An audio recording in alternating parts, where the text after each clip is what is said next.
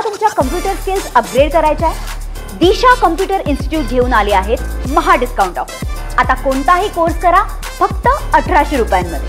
शिवसेना उद्धव ठाकरे गटाच्या नेत्या सुषमा अंधारे सध्या आपल्यासोबत आहेत। आपण त्यांच्यासोबत चर्चा करणार आहोत। ताई, वैष्णवी हगवणे प्रकरणे अवघा महाराष्ट्र हळहळलेला आहे। या सर्व प्रकरणामधला जो निलेश चव्हाण आहे तो अद्यापही फरार आहे, तो पोलिसांच्या ताब्यात आला नाही। आणखी दुसरी गोष्ट म्हणजे ज्या दिवशी 16 मे रोजी वैष्णवीची जो मृत्यू झाला त्याच दिवशी तिच्या शरीरावरती काही जखमा पण आढळल्या आहेत। या सर्व प्रकरणाकडे तुम्ही कसं बघताय? वैष्णवी हगवणे मृत्यू प्रकरणामध्ये एकतर तिच्या अंगावर तब्बल 19 जखमा होत्या आणि ह्या सगळ्या तिच्या मृत्यूच्या दिवशीच्या जखमा होत्या। म्हणजे हा मृत्यूच मुळात संशयास्पद होता। पोलिसांनी खरं तर या मृत्यूची नोंद ही संशयास्पद मृत्यू अशीच करणं अपेक्षित होतं, परंतु त्यांनी त्याला आत्महत्या असं नाव दिलं आणि त्यामुळेच पोलिसांच्या एकूण कार्यपद्धतीवर याच्यात प्रश्नचिन्ह लागतं। दुसरं असं की वैष्णवीचं बाळ ज्या निलेश चव्हाणने शस्त्राचा धाक दाखवून हस्तगत केलं होतं, तो निलेश चव्हाण अजूनही पोलिसांच्या ताब्यात आलेला नाही।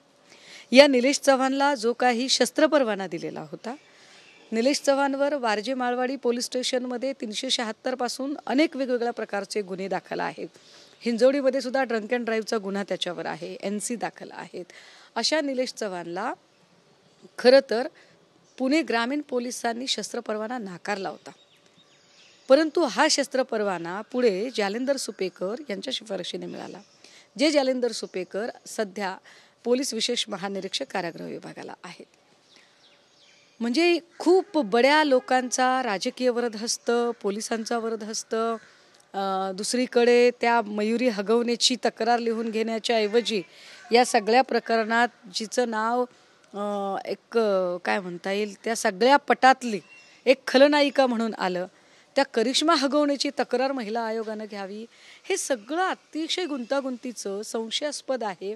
आणि असं जर होणार असेल की राजकीय लोक, नेते, पोलीस हे सगळे आरोपींना जर पाठीशी अशा पद्धतीने घालायला लागले तर महाराष्ट्रातल्या सर्वसामान्य लेकीबाळी न्याय कुणाकडे मागतील हा प्रश्न आहे।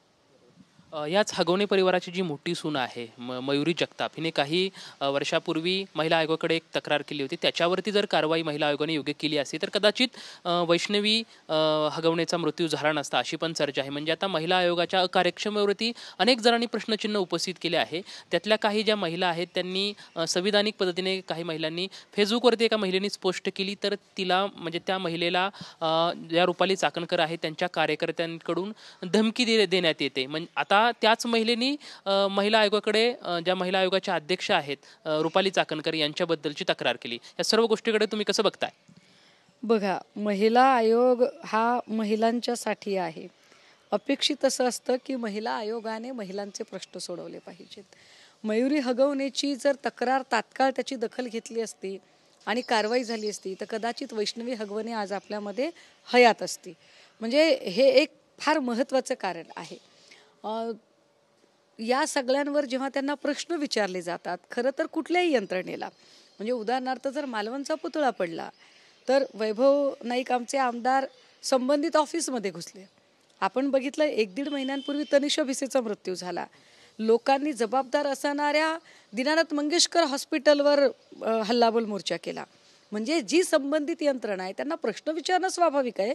अगदी याच न्यायाने महिला आयोगाला प्रश्न विचारणं सुद्धा स्वाभाविक आहे। पण असे प्रश्न विचारल्यानंतर महिला आयोगाकडून पत्रकारांची, सामाजिक कार्यकर्त्यांची किंवा पीडित महिलांची जर चिल्लर म्हणून संभावना होणार असेल तर हे अत्यंत वाईट आहे। म्हणजे त्यांनी बोलताना आम्ही राष्ट्रवादीला शून्य किंमत देतो वगैरे ते ज्या म्हणाल्या, खरं तर राष्ट्रवादीला शून्य किंमत देतो म्हणजे राष्ट्रवादी ज्या आदरणीय पवारसाहेबांनी उभी केली त्या आदरणीय पवारसाहेबांच्या कर्तृत्वाला शून्य ठरवण्याचा प्रयत्न करणं आहे। त्यावर काय निर्णय घ्यायचा तो त्या अजितदादांनी घ्यावा, तो त्यांचा प्रश्न आहे, त्यांचा पक्षाचा प्रश्न आहे। परंतु पक्षाच्या संबंध ज्या पक्षाने घडवलं त्या पक्षावर इतक्या अहंकाराने बोलणाऱ्या बाई आता प्रश्न विचारणाऱ्या लोकांना सुद्धा चिल्लर ठरवायला लागल्या। हा जो अहंकार आहे, हा जो ॲटिट्यूड आहे, हा वाईट आहे। शिवाय त्यांनी पत्रकार परिषदेमध्ये दिलेली माहिती तद्दन खोटी माहिती आहे।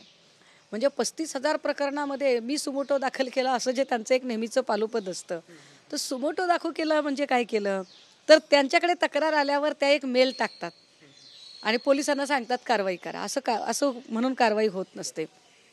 मुळात तुम्ही त्या प्रकरणाला न्याय किती दिला, त्या पीडितेला न्याय मिळाला का, किती महिला खरंच नांदायला गेल्या, किती महिलांचं. अगदी ताजं उदाहरण सांगते तुम्हाला. 2024 परिणय फुके यांची भावजई प्रिया संकेत फुके यांनी 2024 7 पानांची तक्रार दिली आहे महिला आयोगाकडे, आणि महिला आयोगाने दखल नाही घेतली त्याची. इथे पुण्यामधली तब्बल 27 प्रकरणं गेल्या 3 दिवसात माझ्याकडे आली आहेत, ज्याच्यावर महिला आयोगाने काहीही दखल घेतलेली नाही. निर्मला यादव सोलापूरचा भाजप जिल्हाध्यक्ष देशमुख, त्या देशमुखच्या विरोधातली तक्रार होती. काय केलं महिला आयोगाने? राहुल शेवाळेचं प्रकरण काय केलं महिला आयोगाने? करुणा मुंडेने तर खैर बाहेर येऊनच सांगितलं. म्हणजे सर्वसामान्य बायकांचं सोडा, परंतु सत्ताधाऱ्यांच्या कुटुंबातल्याच महिला ज्या पीडित आहेत त्या समोर येऊन बोलायला लागल्या, पण त्यांना सुद्धा न्याय मिळत नाही. अशा सगळ्या परिस्थितीत इतकी अकार्यक्षम महिला कशी काय महिला आयोगाची अध्यक्ष असू शकते? मला त्याच्यातही आश्चर्य असं वाटलं की चाकणकरांना क्लीन चिट देण्यासाठी ज्या तत्परतेने सुनील तटकरे जे आले, मला खूप कोड्यात टाकणारं आहे की तटकरे साहेब कसे काय येऊ शकतात इतक्या चटकन. अहो, तटकरे साहेब हा एका पक्षाचा प्रश्न नाही आहे. आयोग हा संपूर्ण महाराष्ट्राचा असतो, आणि तरीही तटकरे पुढे येतात आणि सांगतात नाही चाकणकरांचं काम चांगलं आहे. म्हणजे तुम्हीच तुमच्या माणसाची भलावण करणार, महाराष्ट्राला ठरवू देत ना ते. कारण जे तटकरे साहेब रुपाली चाकणकरांच्यासाठी इतक्या तत्परतेने पुढे आले, ते तटकरे हगवणेंच्या घरी गेले का इतक्या तत्परतेने? परिणय फुकेंच्या भाऊजेला विचारलं का इतक्या तत्परतेने? निर्मला यादवला इतक्या तत्परतेने विचारलं का? करुणा मुंडेची तत्परतेने चौकशी केली का? याच तत्परतेने संजय शिरसाटांची सून, जी बिचारी आत्ता दबावाखाली कदाचित तिने माघार घेतली, ह्या सगळ्या लोकांना त्यांनी कधी तत्परतेने विचारपूस केली? मग ही तत्परता सुनील तटकरे यांची रुपाली चाकणकरच्या बाबतीतच का? मला वाटतं हा प्रश्न त्यांना दीपक मानकरांनी पण विचारलेला आहे. तटकरेंची काय फक्त चाकणकर एकटीच बहीण आहे का? बाकीच्या महाराष्ट्रातल्या लाडक्या बहिणी नाहीत का? एकच लाडकी बहीण आहे का त्यांना फक्त, रुपाली चाकणकर? मग बाकीच्या बहिणी ज्यांची मतं घेतली होती त्यांचे प्रश्न कुठे गेले? त्यामुळे तटकरे यांनी सुद्धा विचार करावा. हा प्रश्न फक्त त्यांच्या पक्षाचा नाही, तर ज्या पद्धतीने आयोगाचा कारभार जो अत्यंत मनमानी पद्धतीने आणि एका अहंकाराच्या परमोच्च बिंदूवर स्वार होऊन जो केला जातोय, त्या अहंकाराला समजावून सांगण्याची गरज आहे की your duties are not required to Maharashtra. तुमचा ॲटिट्यूड, तुमचा युगो, पत्रकारांनी प्रश्न विचारल्यावर पत्रकारांना डाफरतात. पेमेंट घेऊन प्रश्न विचारता का? बहुतेक तुम्हीच प्रश्न विचारत होतात त्या दिवशी प्रेसमध्ये, आणि पुण्यातल्या पत्रकारांना म्हणतात पेमेंट घेऊन प्रश्न विचारता का? मग हा जो ॲटिट्यूड आहे की उत्तरं न देता, जबाबदारी न पेलता त्याच्यावर अशा पद्धतीने बोलत राहणं, शिवाय त्यांच्या ज्या महिला आहेत चाकणकर गँगच्या, त्या धमकावतात बायकांना वाईट पद्धतीने. काल माझा एक फोटो मॉर्फ करायचा प्रयत्न केला मी. आज चाकणकर गँगमधल्या जवळपास 3 ते 4 लोकांवर NC दाखल केली आहे की ज्या पद्धतीने त्यांनी, म्हणजे तुम्ही काय करताय?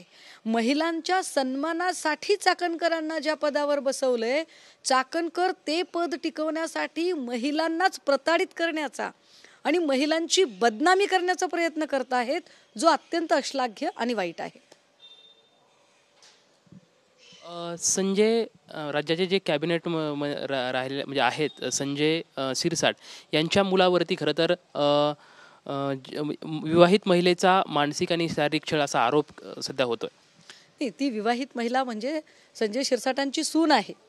संजय शिरसाटांच्या सुनेनेच संजय शिरसाट आणि संजय शिरसाटांच्या मुलावर आरोप केलेत, आणि ते अत्यंत गंभीर आरोप केलेत. पण हेही फार आश्चर्यकारक आहे की काही वेळापूर्वीची एक बातमी येते की या मुलीने माघार घेतली म्हणून. अर्थात तिच्याशी काही थेट कोणाचंही बोलणं होऊ शकलं नाहीये, ना वृत्तवाहिन्यांचं बोलणं होऊ शकलंय, ना सामाजिक कार्यकर्त्यांचं बोलणं होऊ शकलंय. आणि मला आरोप होता ना, धनंजय मुंडेंचा राजीनामा याच कारणासाठी घेतला की मंत्री असल्यावर प्रिव्हिलेज मिळू शकतात, ते प्रिव्हिलेज मिळू नयेत म्हणून राजीनामा घेतला गेला. मग हाच न्याय आता संजय शिरसाटांना लावला पाहिजे की संजय शिरसाटांच्या मंत्रिपदाचे प्रिव्हिलेज शिरसाट आणि त्यांच्या मुलाला मिळता कामा नये. बाजूला व्हा, राजीनामा द्या, चौकशी होऊ द्या. एकदा निष्पक्ष चौकशी झाली, क्लीन चिट मिळाली की पुन्हा वाटल्यास फडणवीसांनी त्यांना मंत्रिमंडळात घ्यावं. कारण फडणवीसांना घोटाळेबाज, गुन्हेगारी प्रवृत्तीचे असे आरोप असलेले हेच लोक मंत्रिमंडळासाठी मिळतात. चांगले लोक त्यांच्याकडे मंत्रिमंडळासाठी नाहीच आहेत. आता नितेश राणेंनी एक वक्तव्य असं केलं की डिनो मोरिया जो आहे तो मातोश्रीची सून आहे, असं एक वक्तव्य आत्ताच केलं आहे.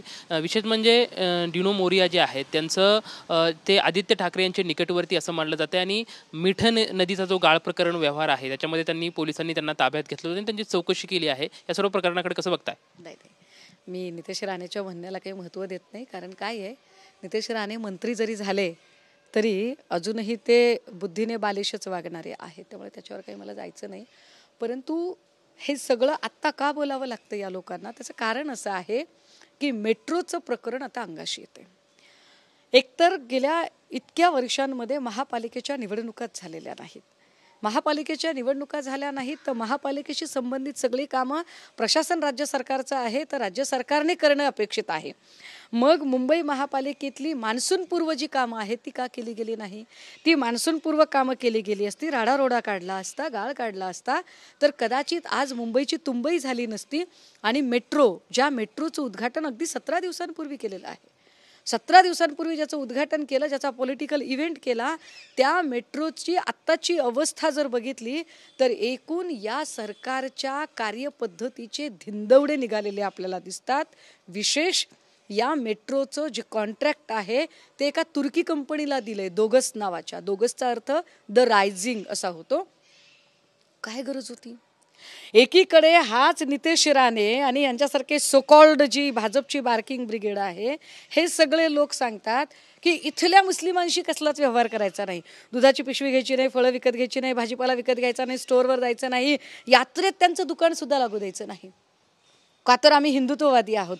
मग एवढे सोकॉल्ड हिंदुत्ववादी असणारे नितेश राणे आणि त्यांचा पक्ष, ज्यांना इथल्या भारतीय मुस्लिमांची एवढी ॲलर्जी आहे, या लोकांनी भारत पाकिस्तान तणावाच्या दरम्यान पाकिस्तानला खुलं समर्थन देणारा तुर्कस्तान, त्या तुर्कस्तानच्या कंपनीला का कॉन्ट्रॅक्ट दिलं?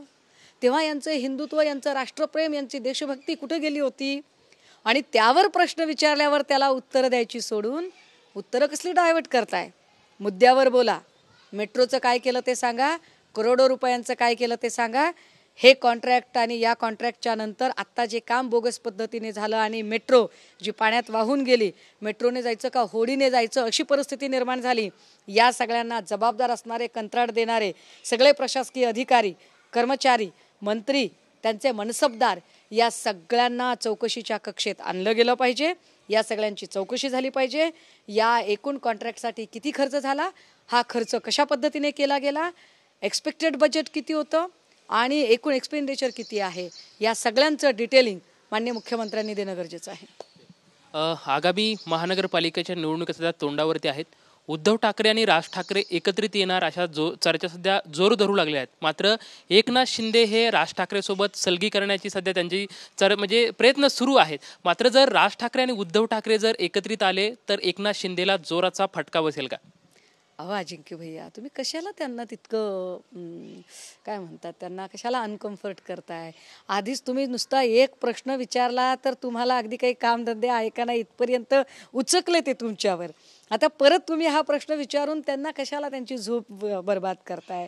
पण यथावकाश जे होतं ते चांगल्यासाठी होतं, जे होत आहे तेही सुद्धा चांगलं होत आहे आणि जे होईल तेही चांगलंच होईल. त्यामुळे ही युती होणार की न होणार याची साधक बाधक सगळी चर्चा, विचार, विमर्श वरिष्ठ पातळीला करतील. माझे पक्षप्रमुख करतील, त्यांचे पक्षप्रमुख करतील आणि यथावकाश काय ते ठरेल, जे ठरेल ते आपल्यासमोर दिसेल. राज ठाकरे आणि उद्धव ठाकरे एकत्रित येतील का, ही खरी तर चर्चा वरिष्ठ पातळीवरती होईल आणि आगामी काळात याचं चित्रपण आपल्याला पाहायला मिळेल अशी प्रतिक्रिया सुषमा अंधारे यांच्याकडून आपल्याला पाहायला मिळते. कॅमेरामॅन अदिल सोबत लक्ष्मण जाधव, TVN मराठी, पुणे. मला तुमच्या कम्प्युटर स्किल्स अपग्रेड करायच्या आहे? दिशा कम्प्युटर इन्स्टिट्यूट घेऊन आले आहेत महा डिस्काउंट ऑफर. आता कोणताही कोर्स करा फक्त 1800 रुपयांमध्ये.